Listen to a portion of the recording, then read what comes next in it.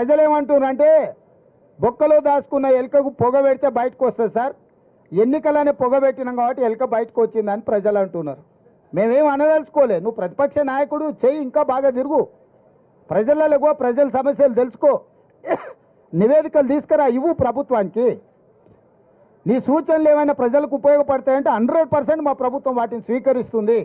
అంతే తప్ప బరితెగించి 100 రోజుల్లోనే ఈ ప్రభుత్వం విఫలం చెందింది, ఈ ప్రభుత్వం కూలాలే, ఈ ప్రభుత్వం కాలాలే, ఈ ప్రభుత్వం పోవాలే, ఏం శాపనార్థాలు చంద్రశేఖరరావు? నువ్వు 10 ఏళ్ళు ఉన్నావు, మేము ఎప్పుడన్నా అట్లా అన్నామా నిన్ను?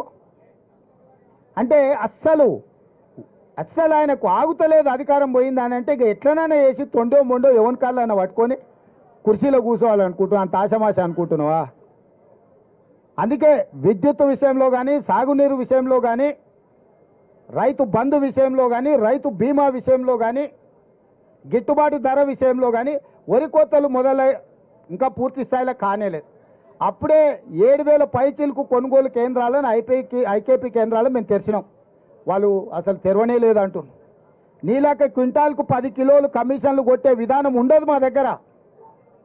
ఎవడన్నా చేసిందంటే తిత్తి తీస్తాం. ఎవడన్నా 10 కిలోలకిన క్వింటాల్కి కమిషన్లు తాడి పేరు మీద తాలు పేరు మీద ఎవడన్నా కొట్టిండంటే నీలాక కమిషన్ల దందాలు చేయం చంద్రశేఖరరావు.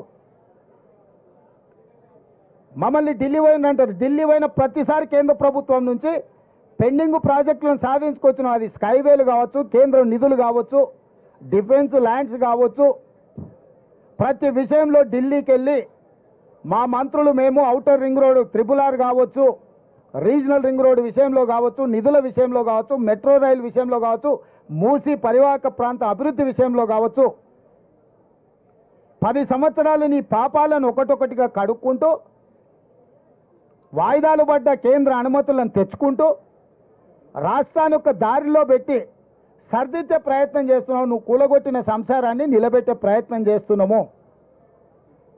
నీ కులం, నీ కుటుంబం చేసిన దోపిడీ నుంచి రాష్ట్రాన్ని కాపాడి రైతులకు, విద్యార్థులకు, నిరుద్యోగ యువకులకు, ఆడబిడ్డలకు మేలు జరిగే విధంగా ఇవాళ చర్యలు చేపడుతున్నాం. ఇవాళ ఆడబిడ్డలకు స్వేచ్ఛనిచ్చినాం. మహిళా సంఘాలను పిలిచి కోట్లాది రూపాయలు వాళ్ళవి నువ్వు పెండింగ్ పెట్టిన వాటిని అన్నిటిని కూడా వాళ్ళకి ఇచ్చినాం. ఇవాళ మహిళలు ఊపిరి పీల్చుకుంటారు.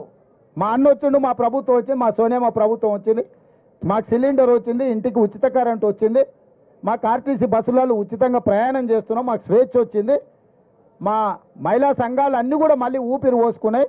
లక్షాధికారులు కాదు, ప్రతి మహిళా సంఘం కోటీశ్వరులను చేస్తామని ప్రభుత్వం ముందుకు వచ్చిందని వాళ్ళ కళ్ళల్లో సంతోషం ఉంది, ఆనందం ఉంది. అది చూసి నీ కళ్ళల్లో నిప్పులు పోసుకుంటున్నావు చంద్రశేఖరరావు. ఆడబిడ్డలు ఉన్న కళ్ళల్లో ఆనందాన్ని చూసి నీ కళ్ళల్లో నిప్పులు పోసుకున్నా, నీ కడుపులో మంటలు రేగినా ప్రజలు నీ పట్ల సానుభూతి చూపియరు. ఎందుకంటే నువ్వు అన్ని పాపాలు చేసినావు. పాపాల భైరవుడు అనే పదం కూడా నీకు చిన్నది.